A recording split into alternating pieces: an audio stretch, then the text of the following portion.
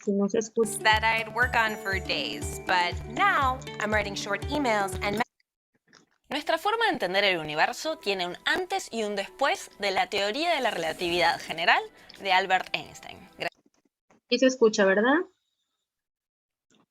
Sí. Perfecto. Gracias a ella fue posible explicar desde el origen del universo y la órbita de los planetas hasta los agujeros negros. Su teoría también tuvo aplicaciones prácticas, como la invención del GPS. De hecho, fue una idea tan revolucionaria que es difícil compararla con cualquier otra teoría de la historia del conocimiento científico. ¿Pero de qué trata la teoría de la relatividad general? Cuando Einstein la publicó en 1915, la física llevaba 200 años regida por las leyes de Isaac Newton. Su reinado científico era fuerte, a pesar de que había algunos aspectos en los cuales sus leyes no eran del todo exactas. Esto pasaba, por ejemplo, con la gravedad, esa fuerza que, según Newton, nos mantiene sobre el suelo de la Tierra y hace que los planetas se muevan alrededor del Sol. El concepto funcionaba muy bien para los fenómenos terrestres, pero no a escala planetaria. Aún así, en aquel entonces, Newton era un intocable, no para Einstein. Él lo que hizo fue plantear uno de sus famosos experimentos imaginarios para explicar por qué Newton estaba equivocado. La idea era esta: si los planetas se mueven alrededor del Sol, solo atraídos por la fuerza de la gravedad, ¿qué pasaría si de repente el Sol desapareciera por completo? Según Newton, los planetas dejarían sus órbitas al instante. Pero Einstein creía que la luz era lo más veloz del universo, más que cualquier cuerpo con masa, más que la gravedad. La luz del Sol tarda 8 minutos en recorrer los casi 150 millones de kilómetros que lo separan de la Tierra. Entonces, ¿cómo es posible que la Tierra abandone su órbita antes de que los terrícolas dejen de ver al Sol brillar? Es aquí donde aparece la genialidad de Einstein. Primero que nada, imaginó las 3 dimensiones del espacio y la dimensión del tiempo juntas y le llamó espacio-tiempo. Luego demostró que ese espacio-tiempo no es simplemente un escenario donde la física sucede, es en verdad un protagonista. Piénsalo así. Imagina que el espacio-tiempo es como una especie de cama elástica. El Sol, por ser una estrella tan masiva, es como una bola pesada que, al ser colocada sobre esa cama elástica, hace que la tela se curve. Ahora, la Tierra y los otros planetas del Sistema Solar, por ser más pequeños, son como pelotas más ligeras. Entonces, cuando uno lanza una de ellas sobre la cama elástica, la pelota no avanza en línea recta.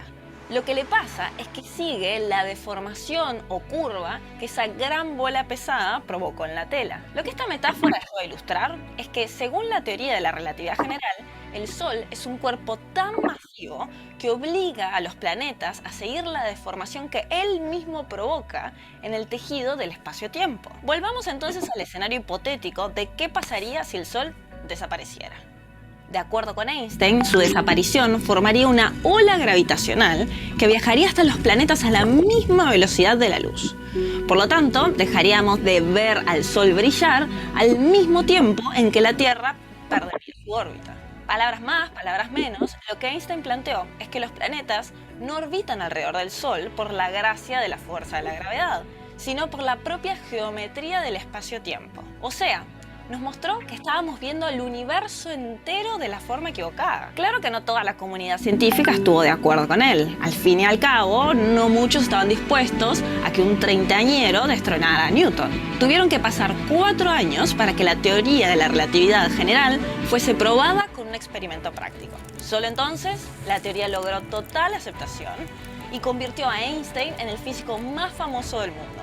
Pero en realidad hizo también algo más. Lo transformó en el ícono del genio loco que no teme a pensar distinto. Si tienen algún comentario o sugerencia, escríbanos. Estamos leyendo sus mensajes en todo momento. ¿Sí me escuchan? Sí. Sí. ¿Han escuchado esta famosísima frase de Einstein que dice, ¿qué es la locura? ¿No? La del seguir haciendo las cosas igual y esperar un resultado diferente. Exactamente. Locura es seguir haciendo las mismas cosas esperando un resultado distinto. ¿Sí lo habían escuchado?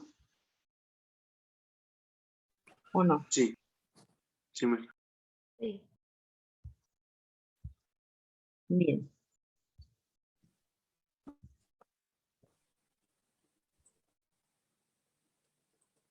Bien, les comentaba esta parte de que se habían visto Los Simpson, porque hay un capítulo justamente donde entra en la tercera dimensión. ¿Lo han visto? No. igual si gusta no lo puede poner, no se crea. Y de hecho, encontré justamente un video donde además de esta parte lo explican con la teoría de cuerdas de Hawking. La teoría de cuerdas es la última teoría que surge después de la relatividad y que trata de explicar justamente todo esto. Fíjense, los pongo.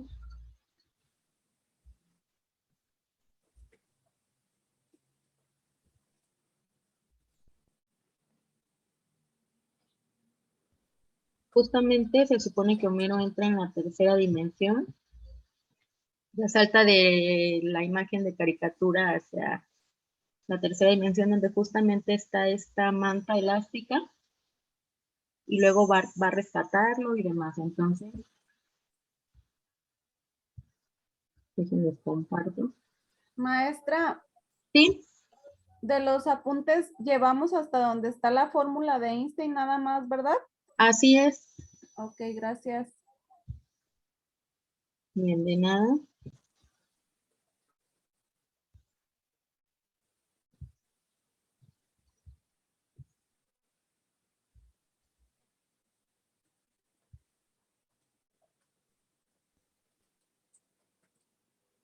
Bien.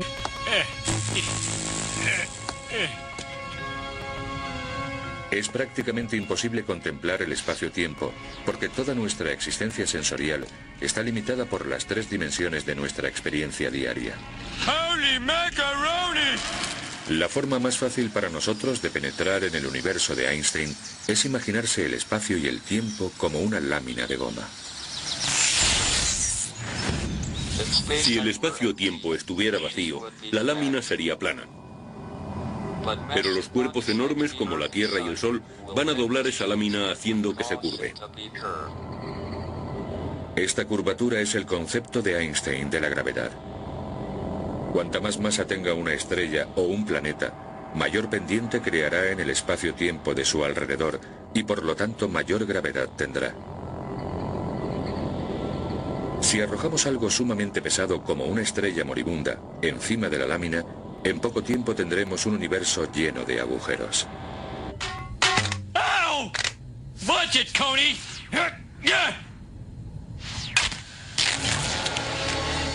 Ups. Cuanto más se enfría y encoge una estrella masiva, más se curva el espacio-tiempo de su alrededor. Al final, cuando alcanza un tamaño crítico, va a crear literalmente un agujero negro en el espacio-tiempo. En ese agujero se pueden caer cosas, pero nada puede salir de él.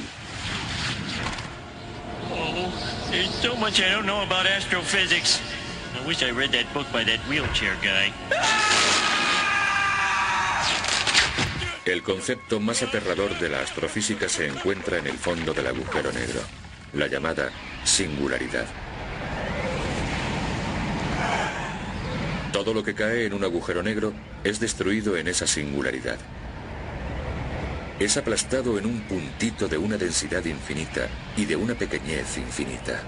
Incluso el espacio y el tiempo dejan de existir.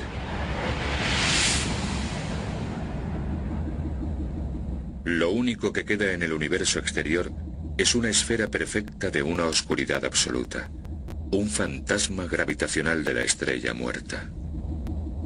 Esta esfera constituye el llamado horizonte de sucesos y marca los límites del abismo. Oh my God, I'm gonna be sucked into a black hole. I'm gonna be sucked into oblivion. I'm gonna be nothing. And what's gonna be coming out the other side? I don't know. I'll save you, Dad. I can't get any closer. You'll have to jump.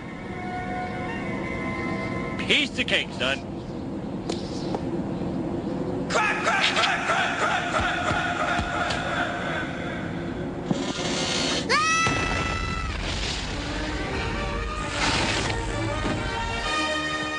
Mom, what happened? Well, we hit a little snag when the universe sort of collapsed on itself. Realmente no sabemos qué sucedería en lo profundo de un agujero negro si uno se cayera directamente. Podría ser que bajo estas condiciones sucedieran cosas todavía más extrañas al espacio. Algo parecido a lo que pasó al principio del universo y, de hecho, algunas personas han especulado con la posibilidad de que, en general, se puede evitar la singularidad completamente y salir por otro lado. Some say that if you pass through a rotating black hole, you end up in a new universe. A new dimension.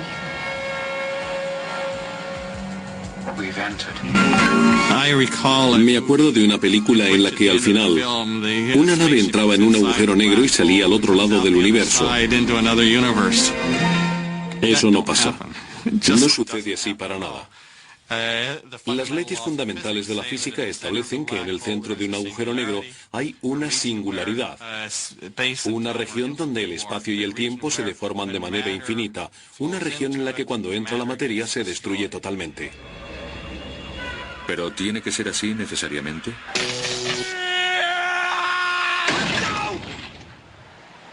Ew. This is the worst place.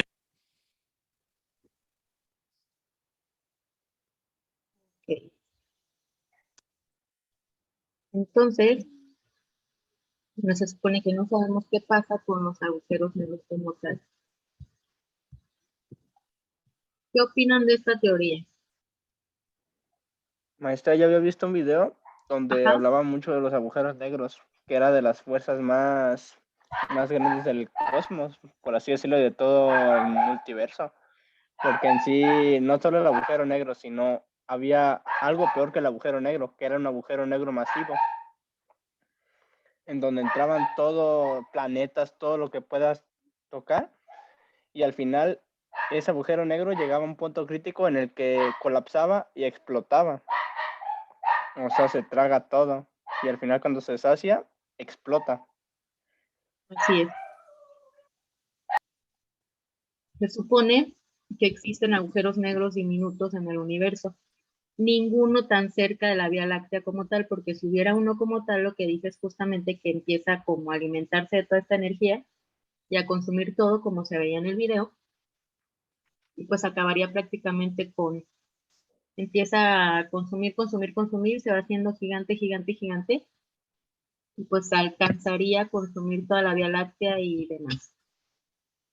Entonces, vi varias teorías bien locas en las que también podían entrar en contacto los dos agujeros negros. Y o sea, eso había un montón de cosas.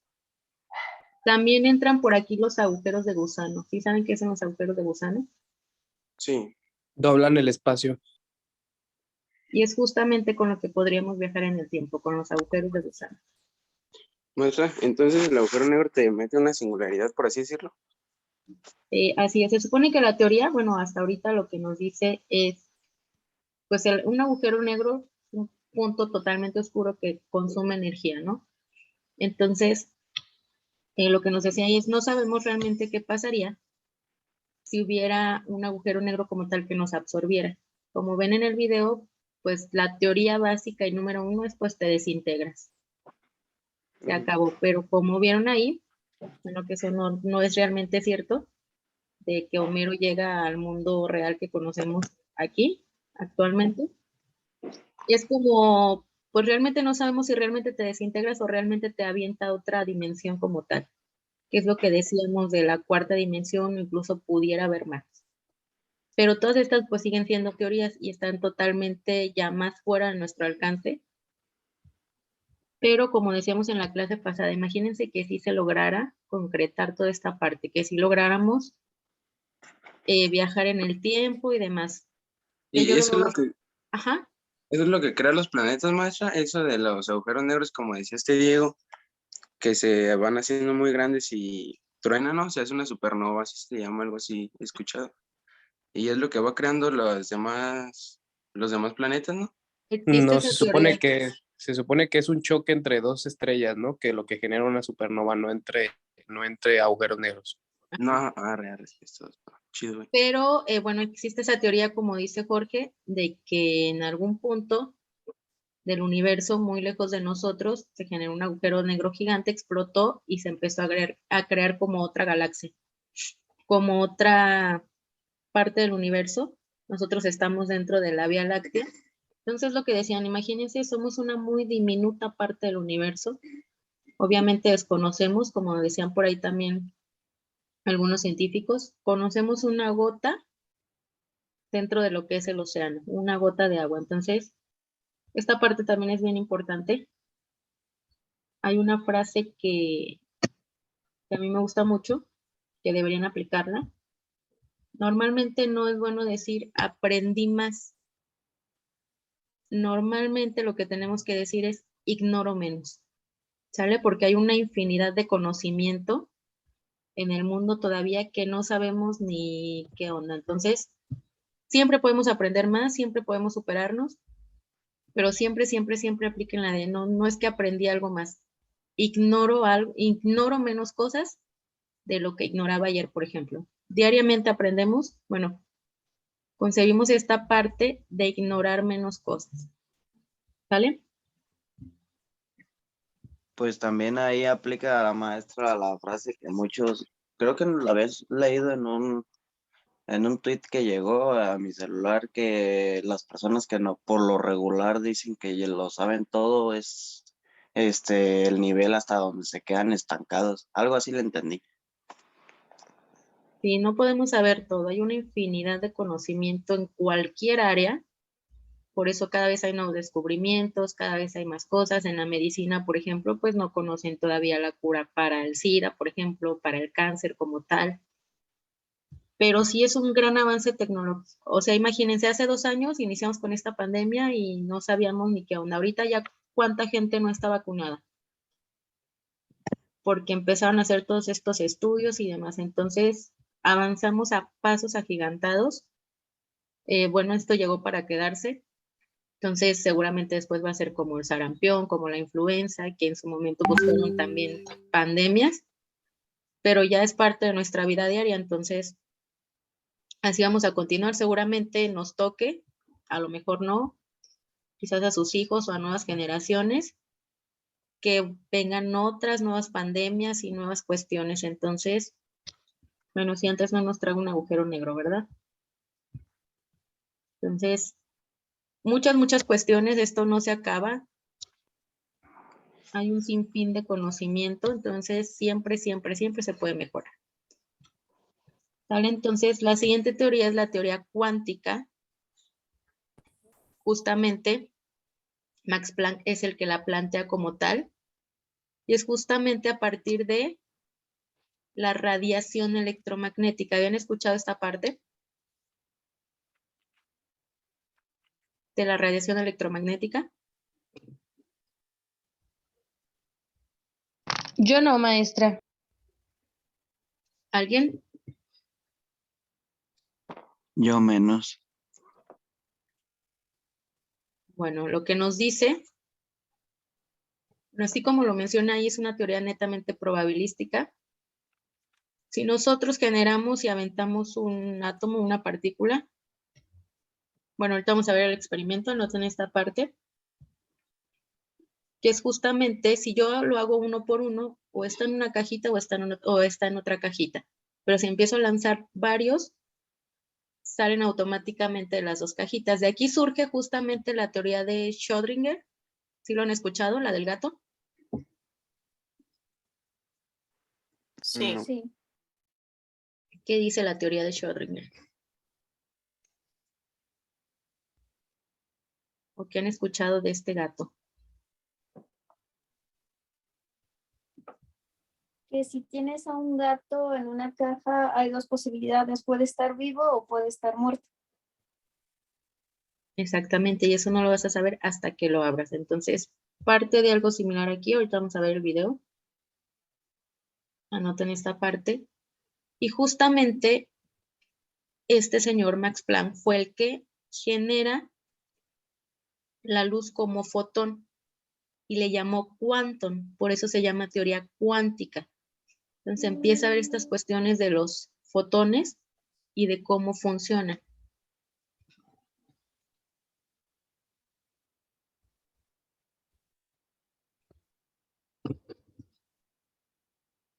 Maestra, ¿puede repetir eso, por favor?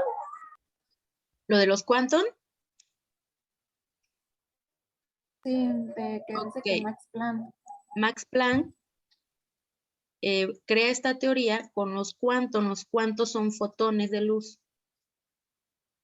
¿Sale? Solo que en ese momento pues se llamaban quantum o les llamaban quantum, por eso se llama teoría cuántica.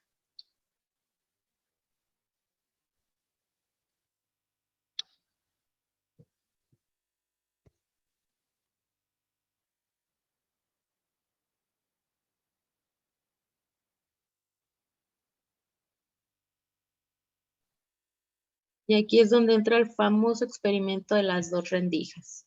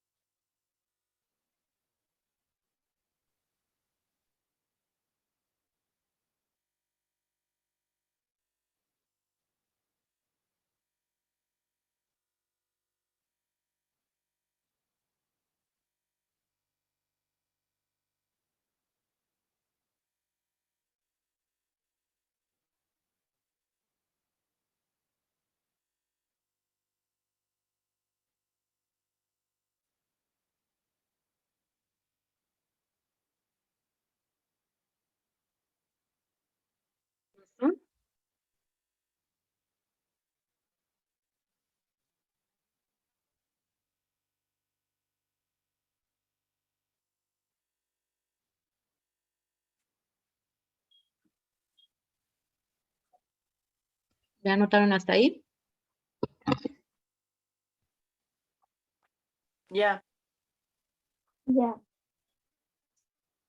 Bien, entonces vamos a ver la generalidad de esta parte.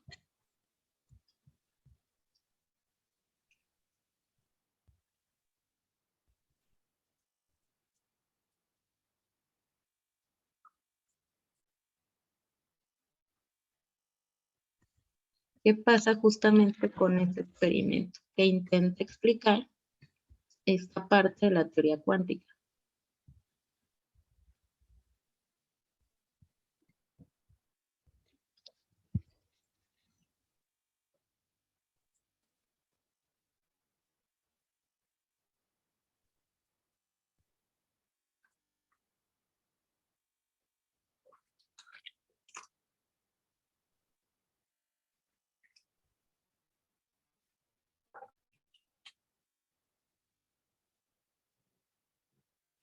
Ok, ya lo ven, ¿verdad?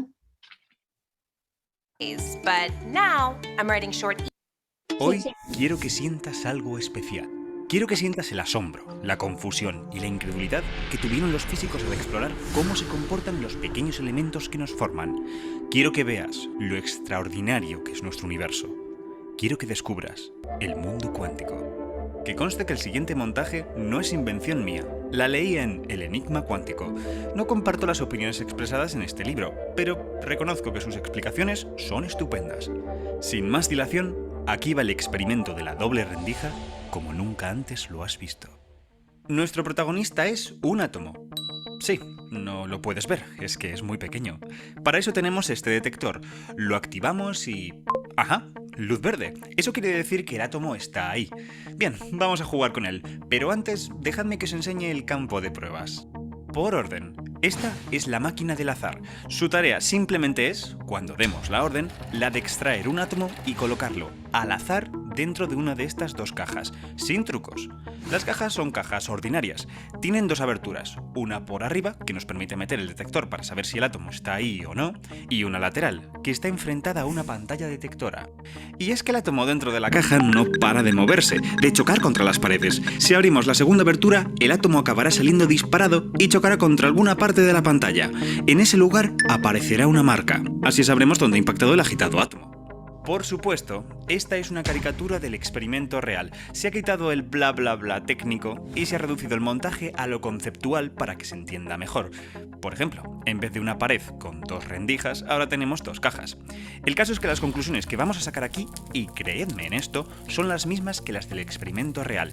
Este se ha realizado y se sigue realizando en laboratorios de todo el mundo con resultados iguales, dejándonos a los físicos locos. Espero dejarte así a ti también cuando alcancemos el experimento número 3, pero vayamos por orden. Experimento número 1. Vamos a comprobar lo que ya sabemos. Activamos la máquina y el átomo es colocado aleatoriamente en una de las dos cajas. No sabemos en cuál. Abramos una de ellas, la azul, por ejemplo. Abrimos por arriba, ponemos el detector y... ¡ah! Luz verde. El átomo estaba en la caja azul. Aún así, abramos la roja a ver qué pasa. Vale, no pita, no hay nada en la caja. Átomo en la azul, roja vacía. Repitamos el proceso. Activamos la máquina y tenemos un nuevo átomo colocado al azar. Probamos suerte con la azul y... vaya, no dice nada el detector. Parece que está vacía. Abramos la roja entonces. Ajá, luz verde. Aquí estaba el átomo. Azul vacía, átomo en la roja. Supongo que te imaginas qué pasa si repetimos esto una y otra vez. Acabaremos con una lista en la que más o menos el 50% de los átomos estaban en la caja roja y el otro 50% en la caja azul. La máquina del azar hace bien su trabajo. Y por supuesto, cuando el átomo estaba en una caja, la otra siempre estaba vacía, porque un átomo no puede estar en las dos cajas a la vez. No. Experimento número 2. Juguemos con la pantalla. Activamos la máquina y el átomo se distribuye en una de las dos cajas. Esta vez vamos a abrir la abertura lateral de una de las cajas, por ejemplo la roja, y ver qué pasa. De repente, una marca aparece en la pantalla. Abrimos la caja azul y... nada ocurre. Ok, repitamos. Activamos la máquina y esta vez abrimos la caja azul. No pasa nada en la pantalla. Abrimos la roja y... una marca aparece. Si continuamos haciendo esto, la pantalla se nos llena de puntos. Estos están colocados más o menos al azar, excepto por dos grandes concentraciones justo enfrente de las cajas, lo que es muy normal. Es mucho más probable que el átomo salga de la caja de manera recta en vez de hacerlo con bastante inclinación. En cuanto a cuál apertura de caja ha producido una marca, tenemos resultados iguales a los de antes. Más o menos el 50% de las veces ha sido la caja roja y el otro 50% la azul. Lo que ha pasado aquí parece evidente. Cuando hemos abierto la caja donde estaba el átomo, este ha salido pitando y se ha chocado contra la pantalla. Cuando hemos abierto la caja vacía, no ha pasado nada. A veces tocaba en la roja, a veces tocaba en la azul. Porque, claro, el átomo no puede salir de las dos cajas. ¿No? Experimento número 3. Por último, vamos a abrir las aberturas de las dos cajas a la vez, al mismo tiempo. Cargamos el átomo y... marca en la pantalla. Repetimos, activamos la máquina, abrimos las dos cajas a la vez y otra marca en la pantalla. En este punto habré acabado con tu paciencia. Piensas que lo que está pasando es obvio, que el átomo está saliendo disparado de una de las dos cajas, ahora ya ni sabemos cuál, y choca contra la pantalla. De modo que si lo hacemos muchas veces, obtendremos lo mismo que en el experimento número 2. Y es aquí donde el mundo cuántico nos pega un bofetón. Esto no ocurre. Si repetimos la apertura simultánea de las dos cajas, nos encontramos este curioso patrón. Las preguntas surgen solas. ¿Por qué los átomos, en vez de chocar justo enfrente de las cajas, deciden concentrarse en estas zonas? Parece absurdo. Supongo que los experimentales sospecharon que esto era causa de algo externo al laboratorio. Por ejemplo, que en la habitación de al lado otros físicos estuvieran jugando con campos magnéticos que estuvieran afectando a los átomos. Así que les dijeron amablemente que se estuvieran quietos y, para asegurarse, decidieron probar a alejar las cajas. y es que si cambias algo de tu experimento y los resultados no reaccionan, es una señal muy fuerte de que hay una influencia externa provocando esos resultados. Pero no es el caso. Al separar las cajas y repetir el experimento, el patrón volvió a aparecer, pero con las concentraciones también más separadas. Juntaron las cajas y el patrón también se juntó. Este parece un detalle muy tonto, pero lo cierto es que nos da a entender algo bastante siniestro, que es como si el átomo estuviera en las dos cajas a la vez. No que haya dos átomos, no que esté partido por la mitad. El mismo átomo en los dos sitios. Seguid mi razonamiento. Si el átomo está en una de las cajas, cuando salga disparado tiene que ir con mucha probabilidad a una de estas zonas.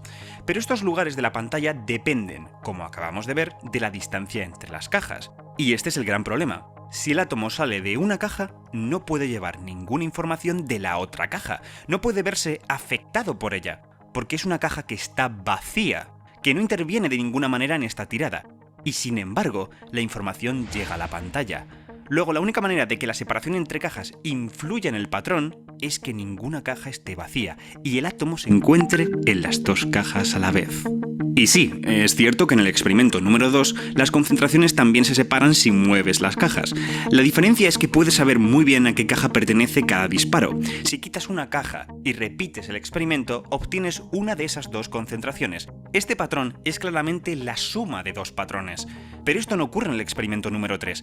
Tú aquí no puedes diferenciar de qué caja ha salido cada disparo. Y mucho menos, la suma de los patrones de cada caja sola no coincide con el patrón de abrir las dos cajas a la vez.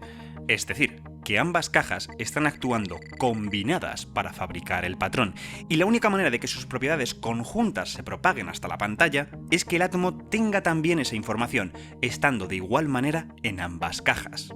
En resumen, haciendo los experimentos 1 y 2, parece claro que el átomo está en solo una caja.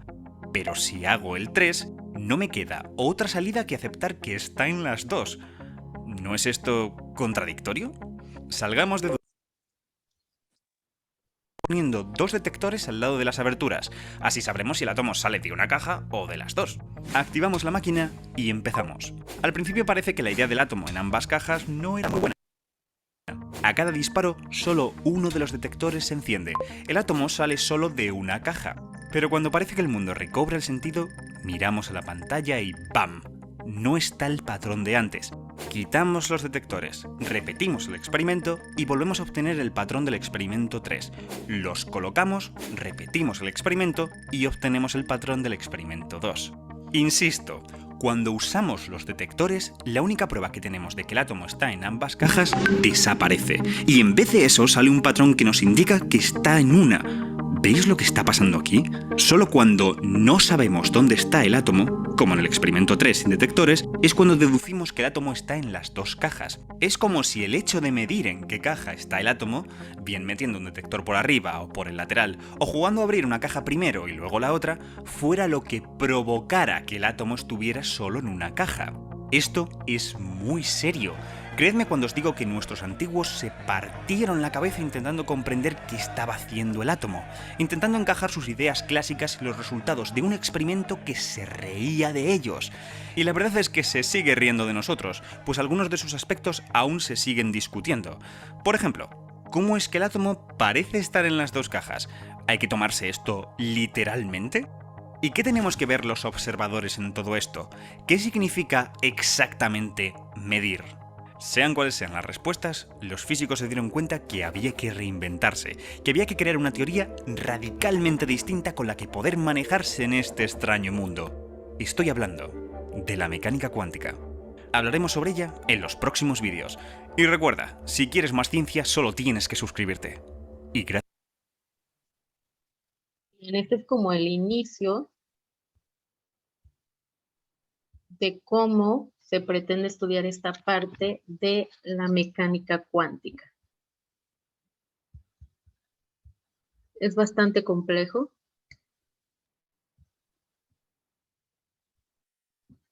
Y como les decía, trata de justamente unificarse con la teoría relativista y tiene que ver todo esto con la luz. Entonces, de acuerdo a todo esto, ¿qué creen que sea la mecánica cuántica? como el azar y la probabilidad. Justamente, ¿qué puede pasar con cierto tipo de cuestiones? Como a futuro, como que trata de predecir este tipo de cuestiones. Permítame tantito.